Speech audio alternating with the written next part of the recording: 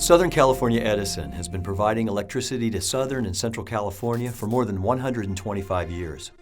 In order to safely deliver reliable electrical service to our customers, we rely on electrical infrastructure, such as towers, poles, wires, and transformers across 50,000 square miles of service territory. Your safety and the safety of the public is our top priority at SCE. Incidents impacting our electrical infrastructure do occur, such as windstorms, wildland fires, or vehicles hitting poles. And being aware of the hazards present in emergencies where utility lines are involved is critical for first responders. During emergencies, we come together as trained professionals. Emergency responders are typically the first on the scene and can provide us with valuable information. Our utility workers are trained to respond effectively to electrical emergencies to prevent harmful consequences to first responders and to the public.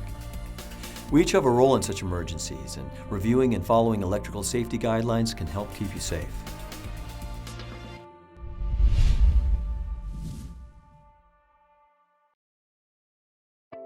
Understanding how SCE's electrical infrastructure operates and the flow of power through the system is critical to knowing how to respond safely during electrical emergencies.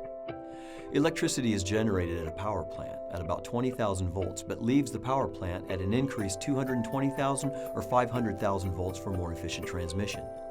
This high voltage electricity travels along transmission lines to areas where power is needed. As electricity nears commercial and residential centers, the voltage is decreased to either 115,000 or 66,000 volts at large substations. Closer to commercial and residential districts, the voltage is reduced again at smaller distribution substations to between 4,000 and 33,000 volts. Current then travels along distribution power lines to neighborhoods where the electric stream is transformed into usable voltage. Finally, electricity flows from the pole line in a service drop or from an underground transformer to serve the customer.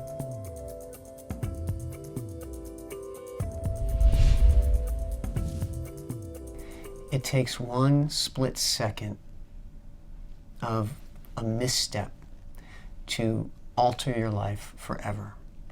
No matter how good the quality of health care is, no matter how good the quality of burn care is, there's nothing that can replace prevention and attention.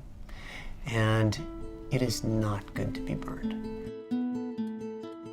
I'm Captain Howard Orr with the Santa Barbara County Fire Department. I've been on the department 21 years now. Just before 2 o'clock, the bells went off for a wildland or a brush fire. As we traveled through a corral that was adjacent to the house, I realized there were a wellhead and 2 old dead trees preventing us from getting to the trail. So I knew something had to move. The wellhead wasn't going to move, and I looked at the 2 old dead trees, and I realized the smaller one is what I was going to go and try and pick up and move.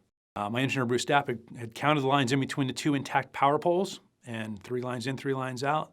What we didn't pick up on was there, past that pole was another set of wires down. I've never been on a call where there's been more than 1 set of wires down. There may be 2 adjacent wires next to each other, but never where you have wires down, pole to pole intact, and then farther down the line, there's additional lines down. So it had never even occurred to me to even consider that. So the first step I took, I stepped on the wire. I fell back and landed on the wire. As I landed on it, then I received a larger jolt, shocked at about what was estimated about 7,400 volts. I was on the wire for about 30 seconds. I remember every second of it. I remember every thought that went through my mind. My wife, Monique, we've been married about 5 years. And my son, Dylan, who had just turned 2 years old a week before. And my daughter, Taylor, who was 3 years old, just short of her 4th birthday. And I realized I'd never see them again. The current caused every muscle in my body to contract. And that was the most excruciating pain I've ever felt. My arms locked up into 90-degree turns, my legs came off the ground. The current traveled across my arm, down my right arm, out my hand, and arced to John about 2 feet away as he reached for me. John received the jolt and was knocked back. At that point, I remember the thought of, my body's telling me, my mind's telling me, roll off, but physically I can't move, I'm paralyzed. So John came in. At that point, he had turned around after getting knocked down the second time, saw our other 2 firefighters from the airship coming over, one of them having a bundle of hand tools, wood shovel tools. John grabbed one of those shovels and started to reach out for me. John took that shovel and he laid it in the crook of my arm. As it was bent, he laid the head of the shovel in my arm and used it like a gaff to pull me off. I remember when they took the shirt off and they're looking at my back, nobody was saying anything. And I realized that must be the bad one. They flew me initially to a local hospital, Marion Medical Center, and to the emergency room where they did an initial assessment. After that, made plans for sending me down to the burn unit in Sherman Oaks. At the time, it was Grossman Burn Center. I'm Dr. Peter Grossman. I'm the director of the Grossman Burn Center at West Hills Hospital here in West Hills, California. One of the things that the first responder has to be aware of is what is the risk of injury to them. When we're talking about a hot wire or a hot line that is still going, even pulling the patient away from the source of injury puts them at risk. And so one has to really be aware of their circumstances, because it is incredibly dangerous out there for first responders when they're in the field seeing somebody who is down because of electrical injury. Oftentimes it's a simple mistake, and oftentimes it's not just a rookie out there, it's a veteran who just has done this so many times over and over again, and they just made one simple mistake. Usually the entrance is going to come through an upper extremity, a hand, and then depending on what they're leaning against or what's holding them up, they'll get some type of exit injury. And then, of course, it's everything that's in between may or may not be damaged. We tend to see much more deeper tissue damage, much more significant damage to the underlying nervous system. So unfortunately, oftentimes we're left with having to remove a great deal more tissue than we would with a standard burn. Sometimes that results in amputation.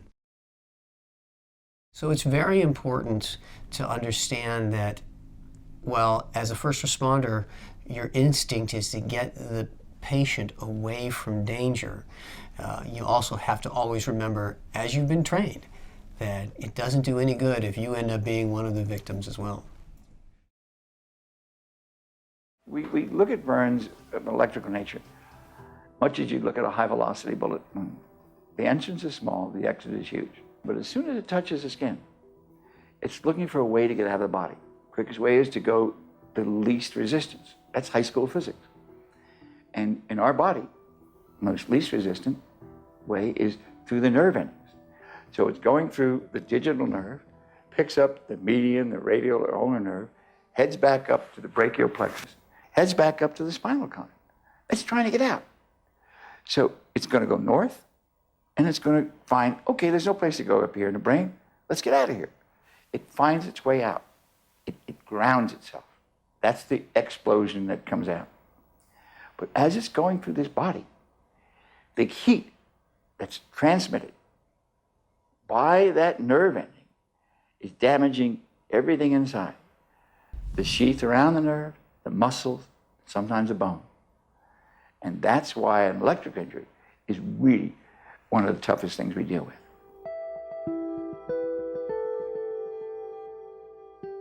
So what my recommendation is when it comes to burn gel is that it should be used prudently. Look at the entire circumstance. Look at the entire situation. For burns that are less than 15 or 20% body surface area, I think that it has benefit. It gives comfort to the patient, and it decreases the progression of swelling. Once it's on, my recommendation is to leave it on until the patient gets to the emergency department. Then the emergency room physicians can remove it and evaluate the wound more.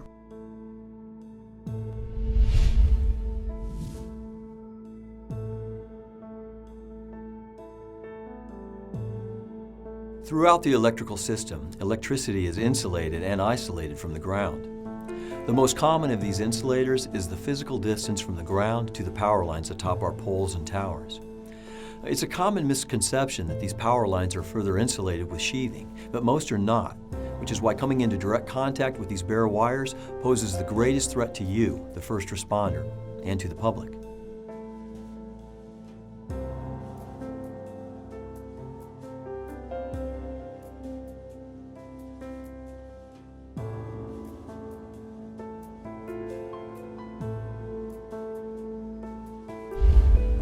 Contact with low voltage wires happens much more frequently than with high voltage wires and may cause your muscles to involuntarily contract, which could paralyze your heart.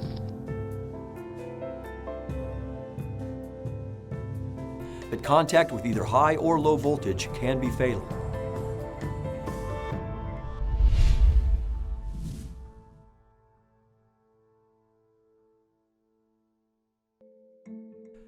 When you encounter downed wires, including communication lines, be extra cautious.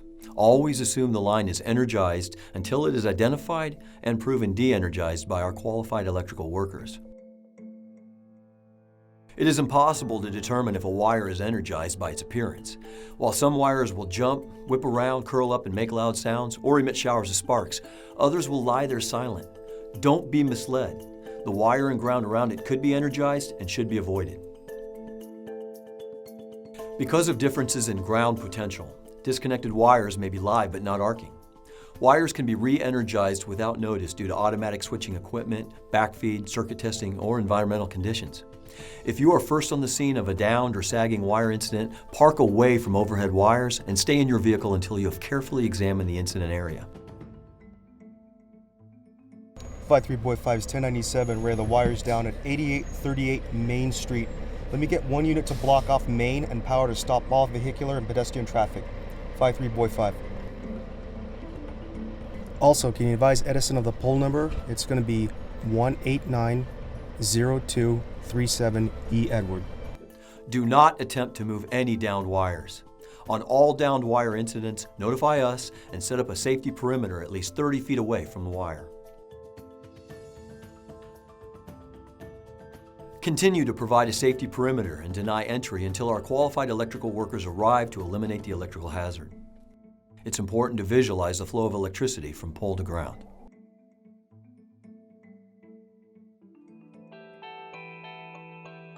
Be extra vigilant during inclement weather, as water conducts electricity. Don't touch or step in water near a downed wire, and do not attempt to extinguish a fire with water near a downed power line. Only our qualified electrical workers can determine if a wire is de-energized and safe to approach. At night, use a light to trace all conductors from pole to pole until you've determined the full extent of the damage and the location of all downed wires.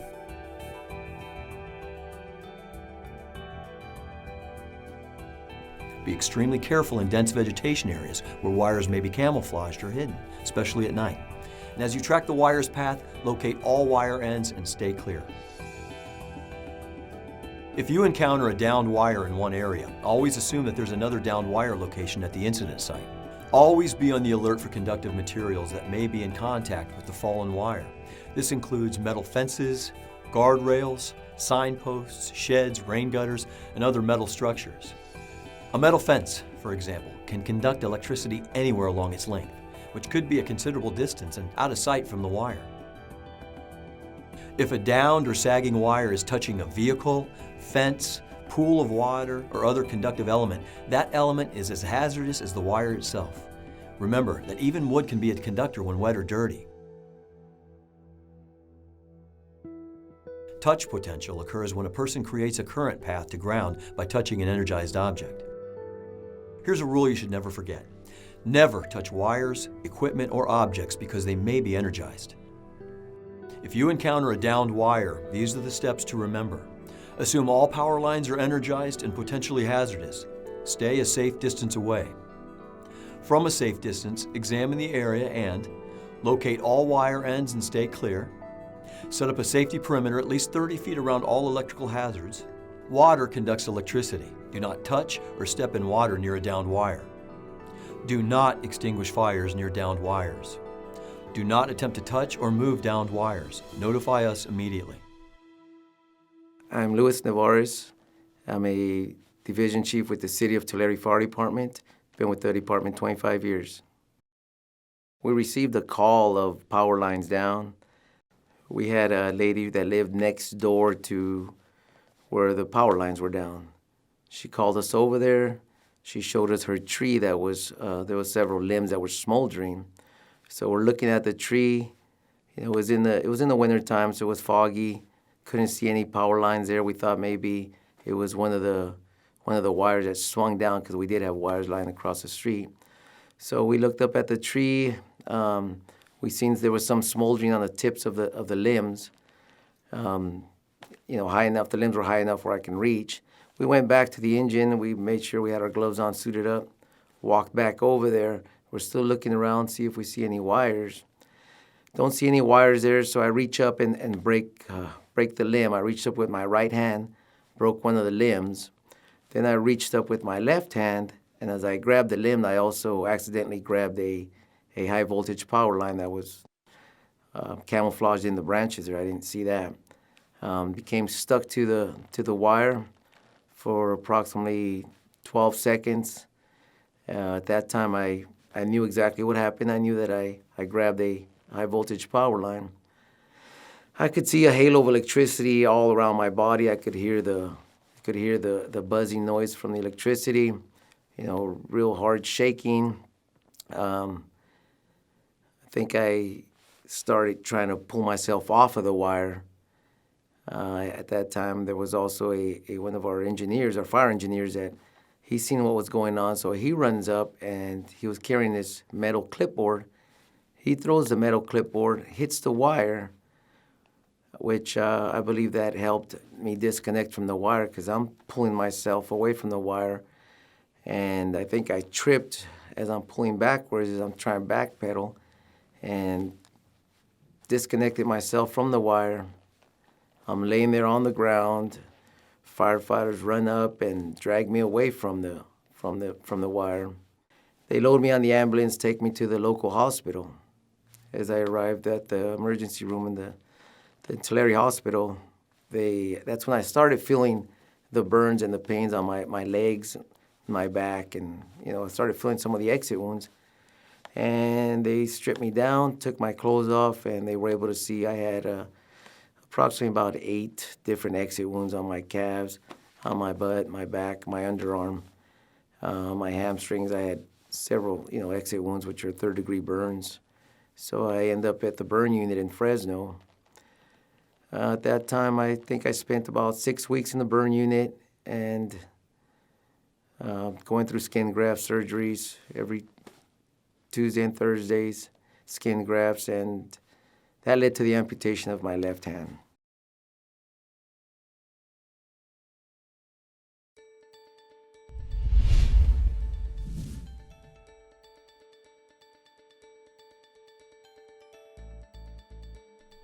Vehicles hitting poles are a relatively common occurrence, especially during the holidays, and electrical hazards are not always evident.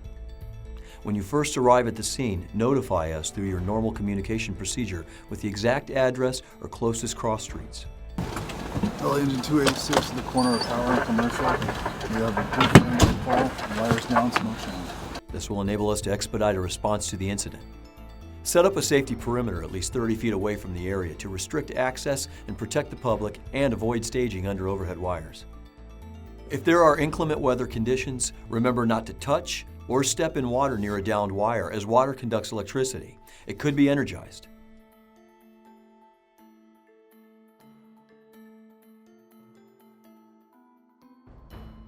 Never attempt to move downed wires.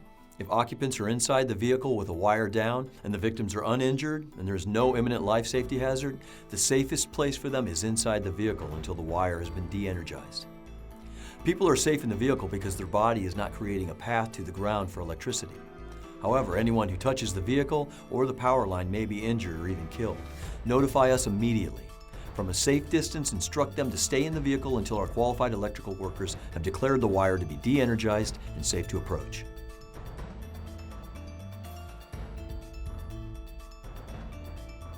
If the victim is conscious and there is a vehicle fire or other immediate threat, fight the urge to approach the vehicle. You could move into an electrically charged area. From a distance, establish contact with the victim and ask him or her to remain calm, stay in the vehicle, and follow instructions. Sir, don't move. We're gonna help you. There's a power line down on your car and you could get electrocuted. Don't move. I'm gonna help you get out of the car, okay? You understand, right? Okay, I'm gonna walk you through this. First thing I want you to do is open up your door all the way, but don't get out of your car. Now I want you to put both feet on your door ledge. Stand up. When I tell you to jump out, I want you to jump out of your car and land on both feet. Keep both feet on the ground. Do you understand? On the count of 3, you're gonna jump out. When you jump out, don't lean back on that car, okay? Don't touch the car when you jump out. Do you understand? Land on both feet. When you land on the ground, don't pick up your feet. Ready? 1, 2, 3, jump. Good, okay, don't move, don't move. Now you're gonna shuffle your feet towards me. Shuffle and come towards me right now. Don't lift your feet up. Shuffle towards me now. Good. Keep shuffling. Come towards me. Good. Good. When electricity enters the ground, it radiates out in concentric circles, or rings, like the ripples in water when a pebble is dropped in it. Each ring has a different voltage, dropping off from the central source to the outer edges. If you step one foot on one ring or voltage and the other foot on another ring or voltage, you've created a gap between voltages that the electricity has to bridge. That gap between your steps is called step potential. By jumping from the vehicle with both feet together and shuffling away, your feet cannot form a circuit for electricity to travel, so you eliminate the possibility of step potential. Eliminate the gap, and you eliminate the need for electricity to travel through your body. Walk in a shuffling motion at least 30 feet away from the source of electricity.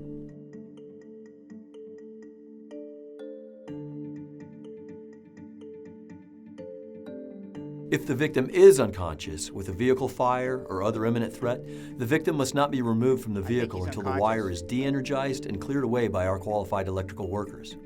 If you follow your natural impulse and attempt to remove the wire, you could easily become another victim. We strongly discourage moving wires under any circumstances. However, exceptional situations may arise in which your first response team feels that action is imperative. In that case, your department policy should instruct you on how to act. Only you can determine the urgency of the situation. Steps to remember when responding to vehicles hitting poles.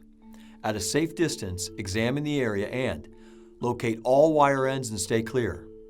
Set up a safety perimeter at least 30 feet away from the incident. All power lines are energized and potentially hazardous. Stay a safe distance away. Water conducts electricity. Do not touch or step in water near a downed wire.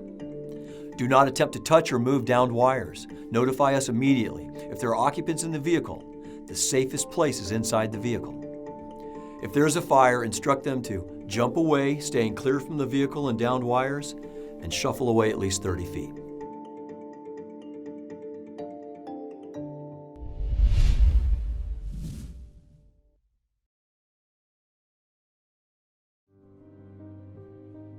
Groundwater from hydrants contain minerals, which can conduct electricity. When a fire hydrant becomes severed, such as in a vehicle accident, it can eject water into the air and flood streets. The spewing water in contact with an overhead power line can now be a path to the ground for electricity and an extreme hazard.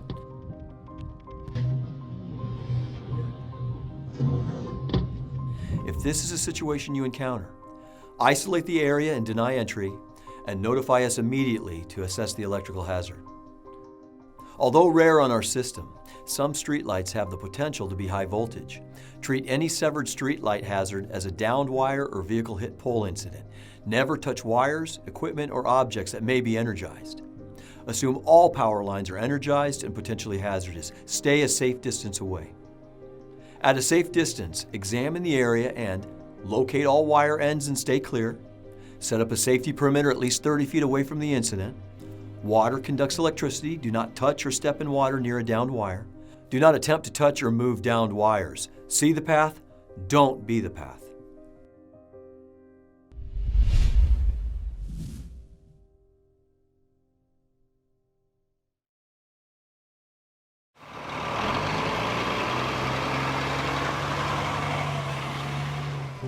When you arrive at the scene of a structure fire, locate the power sources and the electrical equipment you could come in contact with. Be careful not to stage equipment or personnel under the overhead wires. Communicate potential electrical hazards with your coworkers. Contact us according to your department's policy. We're at 164 South Walnut. We have a single-story commercial tilt-up, smoke and fire showing. We also have wires down, possibly delaying our fire attack. Could you contact Edison? We have a life safety emergency, and get an ETA, please. One of your first priorities is normally to disconnect the involved structure's utilities by opening the main circuit breaker on the electric service panel. If the main breaker won't open each individual circuit breaker one at a time. If the panel cannot be accessed, contact us with the nature of the emergency. Stay clear of metal gutters and other materials that may conduct electricity. Never use metallic ladders near any energized equipment. Even wooden ladders can conduct electricity if not completely clean and dry. Stay away from service drops and weatherheads. Be aware that some structures may have more than one service drop. Keep yourself and your equipment at least 10 feet away from service drops that run from utility poles to structures. These wires may appear insulated, but their coating is not designed to protect you from electric shock. We recommend that you never cut any electrical conductor. The risk of cutting wires includes arc flash and contact injuries, both of which can be fatal. Only a qualified electrical worker should cut an energized conductor. Notify us in this instance. Never pull an electric meter in an attempt to de-energize a structure. Meters are not switches. They are not designed to break electrical load and can catastrophically fail due to arc flash faults if removed improperly. When at the scene of a structure fire, remember the following. Locate all power sources and electrical equipment, including overhead power lines, weatherheads, and circuit breakers. Black covering on service drops is not insulation. Stay clear of metal gutters and other conductors of electricity. Do not stage personnel, equipment, or vehicles under overhead wires. Contact us immediately with the nature of the emergency and whether or not your personnel will remain on scene.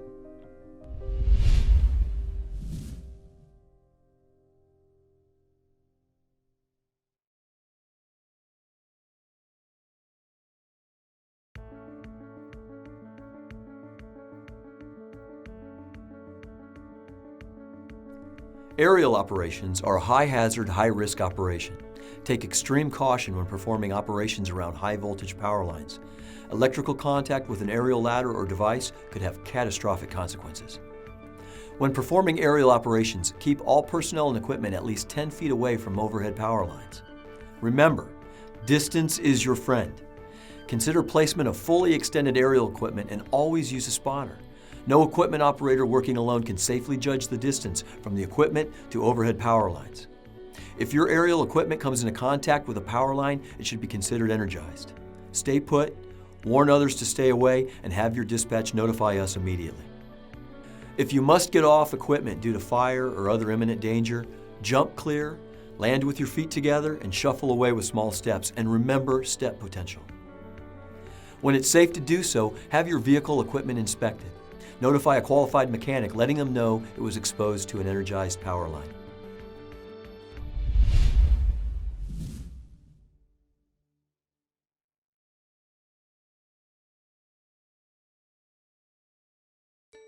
Most energy theft problems are associated with illegal grow houses. These grow houses tap into our service lines before the meter, which allows them to steal power without being detected. Tapping into the electric grid in this manner is extremely hazardous and does not provide circuit breaker protection to prevent injuries or fire ignitions. When encountered with a possible grow house, the hazard level increases exponentially. Once you've identified a grow house, stop and notify us immediately. The only way to clear illegal wiring safely is by having our troublemen, who are qualified electrical workers, clear the electrical hazards. Only then may fire suppression operations continue.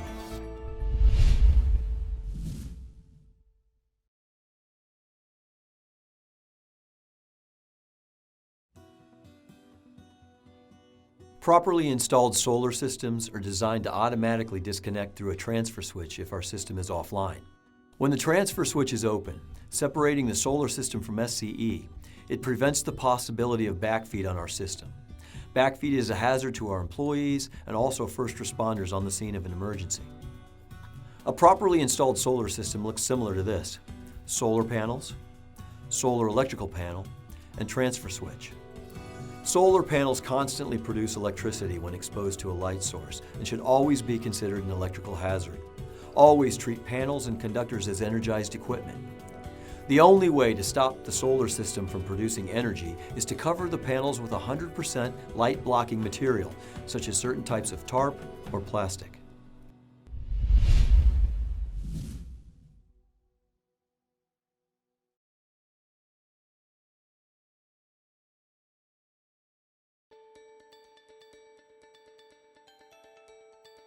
Wildland fires occur in many parts of our service territory. The most important thing to remember is to maintain a safe distance from overhead wires, at least 1.5 times the height of the power line structure, and restrict public access outside that safe approach area. Do not identify cleared areas around our towers or poles as safety zones, temporary refuge areas, or escape routes.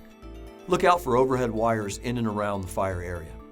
During suppression operations, personnel involved in fire line construction or extending hose lines need to be aware of hazards working near or under overhead wires. Smoke contaminants, fire retardant, foam, gel, or water can conduct electricity directly to ground across insulators through the pole or tower. Direct flame impingement on wires can cause a power line to arc directly to ground, similar to a lightning strike and just as dangerous. Remember to treat all downed wires as if they're energized. Downed wires can energize cable lines, equipment, fences, phone lines, and any other conductive material. Communicate with your personnel. Tell them the location of all power lines that are or could be involved in the incident. Communicate with us to report any damage or potential damage to power lines and give an exact location for our crews who will respond. Inform us of any firing operations or aerial drops that are planned around overhead wires. We will provide a representative to assist in mitigating power line hazards. Avoid identifying escape routes that would take personnel under or near power lines. Choose a safe escape route away from overhead wires.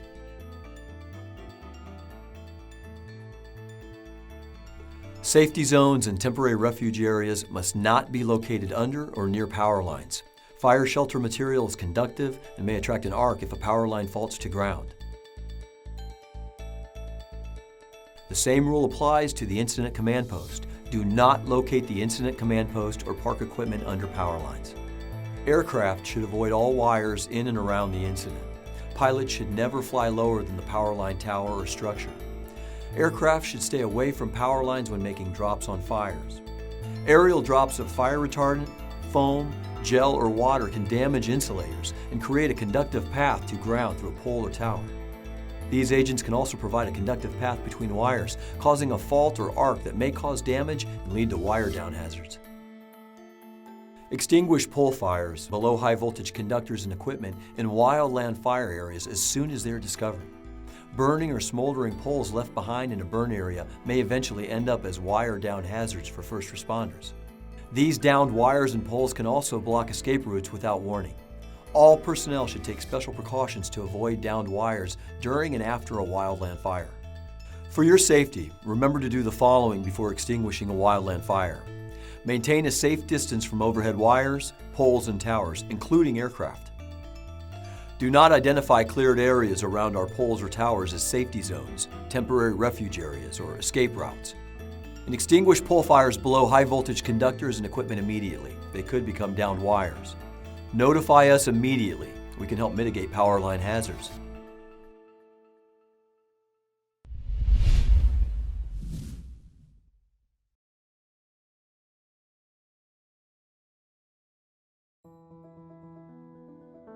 Your first task on a pole fire is to identify the problem, because your plan of action depends on what is on fire and where the fire is on the pole. Most fires at the top of the pole are pole top equipment fires involving a transformer, capacitor, insulator, switch, automatic switch, or other apparatus attached to the pole. Consider these energized electrical fires as Class C. Do not spray foam, gel, or water on any pole top equipment or fires at the top of the pole. Notify us and wait for our qualified utility workers to arrive. Fires at the base of a pole are generally common Class A fires that should be extinguished.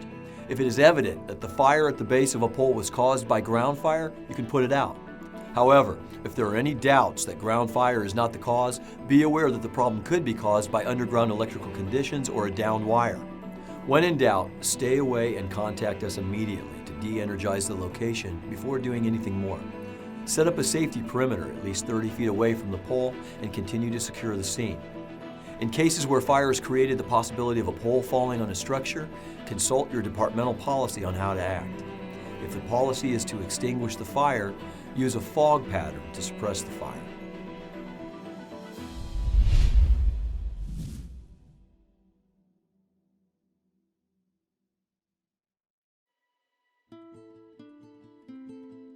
Incidents in substations do occur, such as fires or copper theft, that may cause our equipment to not work properly and pose potential hazards. In all substation incidents, first responders should never enter energized substations unless accompanied by one of our qualified electrical workers.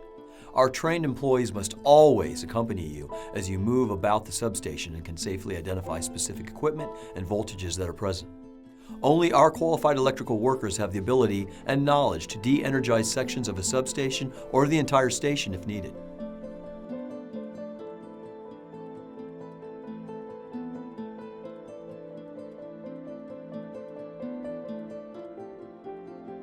There are more than 1,000 substations in our service territory, using many unique construction designs. This makes it difficult to know what you might encounter at any location. If our qualified utility representative is not on site when you arrive in an emergency, immediately notify us, but do not enter the substation.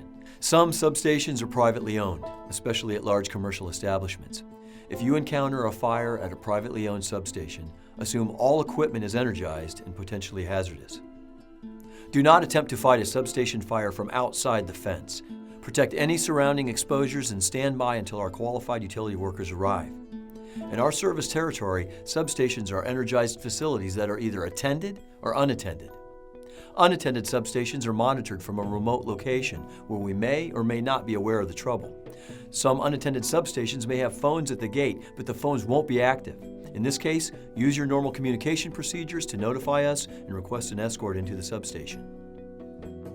At attended substations, the main gate will be equipped with an operable phone or keypad with speaker for making contact with personnel inside. Use the device to call inside and then wait at the gate for our qualified utility worker to safely escort your resources through the energized facility. Prior to any firefighting or rescue operations at a substation, consult our on-scene qualified utility workers to determine safe parking areas for equipment, the energized status of all equipment on site, personal protective equipment requirements, and whether or not firefighting equipment exists in the substation. Be aware, once de-energized, mineral oil is a primary fuel involved in substation equipment fires. Cable trenches contain energized cables and can carry the burning oil to adjacent equipment. Provide early exposure protection to adjacent de-energized equipment and structures. Class B foam is the preferred extinguishing agent for substation equipment fires. Firefighting operations should only involve Class A or B combustibles after equipment has been de-energized. Rescue operations should only be conducted on or near equipment that has been de-energized and made safe by us. The incident commander should stay in close communication with our on-scene representative throughout the duration of the incident. The hazards you could encounter in a substation include high voltage lines, both overhead and underground, open high voltage buswork crisscrossing the station at relatively low height. Never drive beneath overhead structures without specific approval. Oil-filled switchgear, transformers, regulators, and capacitors. Note that transformers are typically located close to each other. The collapse of steel framework and aluminum buswork that's been damaged by intense heat. Explosions from oil-filled equipment, both overhead and at ground level. Falling wires both inside and outside the substation, and covered cable trenches throughout the substation. They resemble walkways, but they are not. Do not walk on any cable trenches. In all substation incidents, remember to notify us and wait for a qualified utility worker escort. Assume all equipment at substations is energized and potentially hazardous. Stage vehicles away from overhead power lines and other infrastructure.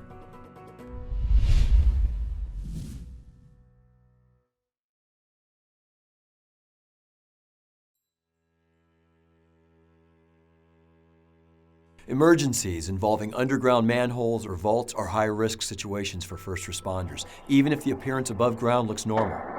If flammable gases are present in the manhole, removing the cover could provide enough oxygen or sparking to cause an explosion. If gases are present in the cable ducts that run from manhole to manhole, there could be additional explosions in adjacent manholes. If an underground transformer in the vault has failed and the oil is above the ignition temperature, it could explode without notice. In the underground environment, one failure in the system has the capacity to cause additional equipment or cable failures.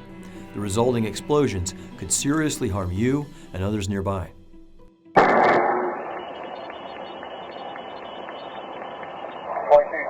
I need you to close 3 here. We need all your home to shut down. We have a firefighter down. Here's what to do. Notify us. Give the location, number of manholes involved, and the nature of the emergency, such as flames, smoke, or the smell of gas. Establish a safety perimeter. Keep the public away and route traffic around the area. Don't park vehicles near vaults, manhole covers, or vents. If the cover is in place and smoke is coming from the holes in the cover, do not attempt to remove it until the conditions have been thoroughly discussed with our qualified utility workers. Never spray foam or water into an underground structure, even if a fire is visible, unless the structure has been de-energized.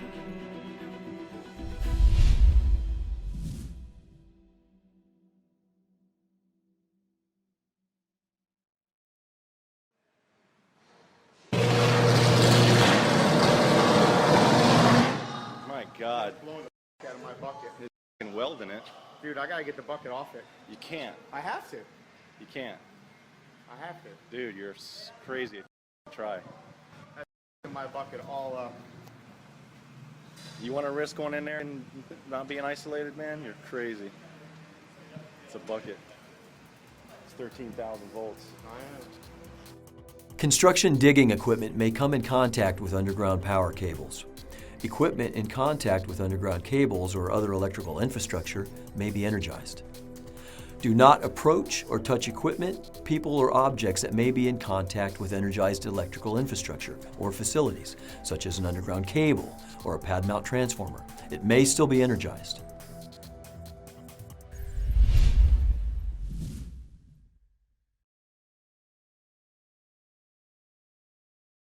We care about your safety and the safety of those you serve. Our call centers, like yours, are available 24 hours a day, 7 days a week to respond to your needs. Our crews are on duty from 7 a.m. to 9 p.m. and on call from 9 p.m. to 7 a.m. In nighttime emergencies, they must be contacted and dispatched to a problem area. When your dispatchers call our number reserved for emergencies, the 911 call, as it's known, is highlighted in red for urgent handling as a top priority. Our dispatcher will need some specific information to expedite our response. Be prepared to answer, what is the location address? What is the problem? Who is the point of contact and are they standing by? The location address, instead of the equipment number, is the most important information since it allows us to zero in on the circuit involved in the incident.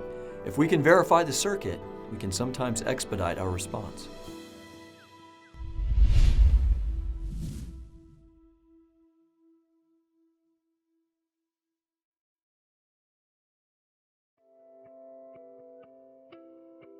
Power lines can pose hazards for emergency personnel, even when they're not a contributing factor in the incident. Understanding the potential hazards and dealing with them correctly is critical to keeping everyone safe. We each have a role in such emergencies. Your role? Provide for the safety of all first responders and the public. Notify us and describe the nature of the incident, such as wire down, smoking transformer, or vehicle hit pole, victim unconscious. If needed, instruct your dispatch to report that there is an electrical life safety hazard. Give a street address rather than cross streets if possible, and the pole or equipment number. Provide an on-scene name and contact number if available so that we can communicate with you while in transit. When requesting an ETA, indicate if your personnel will stand by or leave the scene, and communicate incident conditions such as traffic blockages, command post and staging locations, or other approach information.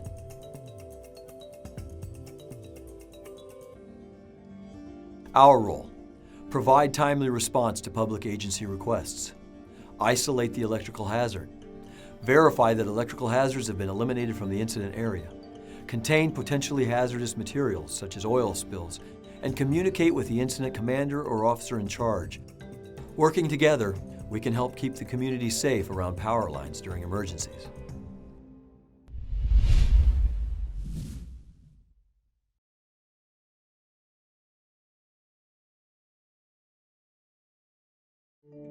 In large-scale emergencies and other instances when resources of all responder agencies are stretched thin, we will try to dispatch a field service representative to your location and relieve your personnel to ensure public safety and stand by until our crews arrive. During wildland fires, our representatives are quickly on hand to provide advice and liaison activities where transmission or distribution lines are involved. Pre-incident planning is another way we work towards our common goals. First responders can schedule substation tours or in-person presentations with our qualified utility workers to deepen their understanding of electrical safety. I think after my accident, our department has much more situational awareness of any time we respond to power lines down, any electrical emergency. I think they're much more aware of what's going on, of the seriousness, the hazard, the threat of being close to any power lines. I can see everyone's they're more cautious. We set a perimeter, we stand by and just let Southern California Edison do their job. Our job is pretty much just to isolate the area, deny any entry, and protect any exposures. I think if there's one takeaway from the electrical training that we've had since then is just to maintain your situational awareness. Is look overhead, count the wires in, count the wires out, make sure they match, and then continue to count those lines as you progress down the fire line and anywhere in the area you're working, because additional lines may be going down or may have been gone down you weren't even aware of.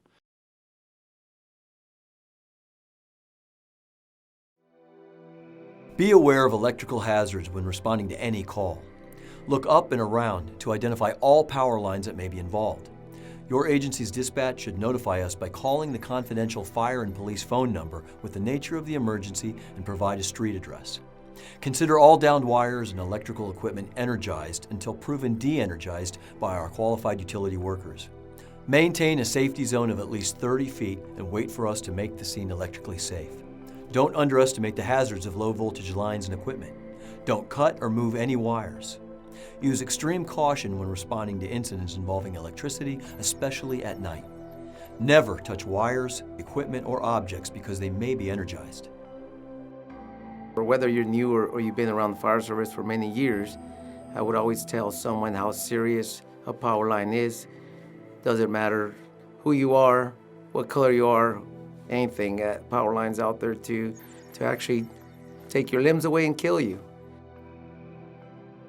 You know, you always wonder why me? And a couple years later, I gave a presentation to a service club, to a Lions Club, and there happened to be a Catholic priest in the audience. And I was giving my story and saying, you know, I've had many discussions with God and never asked why. And I said, someday I'll probably find out. I just realized it wasn't my time, and I apparently got more work to do. And he put it really in good perspective for me. He actually said that, he says, instead of asking the question, why you? He says, ask the question, why not you? If you see somebody that's had an electrical injury, don't go in there and try to rescue them. Electricity is bad. You're going to get hurt. So make sure that there's no wire contact. Make sure there's somebody there helping you so you're not a victim as well. You are the ones on the front lines that have dedicated yourselves to helping others in emergencies. It is important to the public, as well as to your families, that you take every precaution against becoming a victim of exposure to energized electrical equipment. Please share these important electrical safety messages with other first responders and encourage them to follow these electrical safety guidelines. Many thanks to all the first responders who helped put this program together, and thank you for partnering with us and making electrical safety a priority to keep our communities safe. For more information, visit on.sce.com/safety on the job.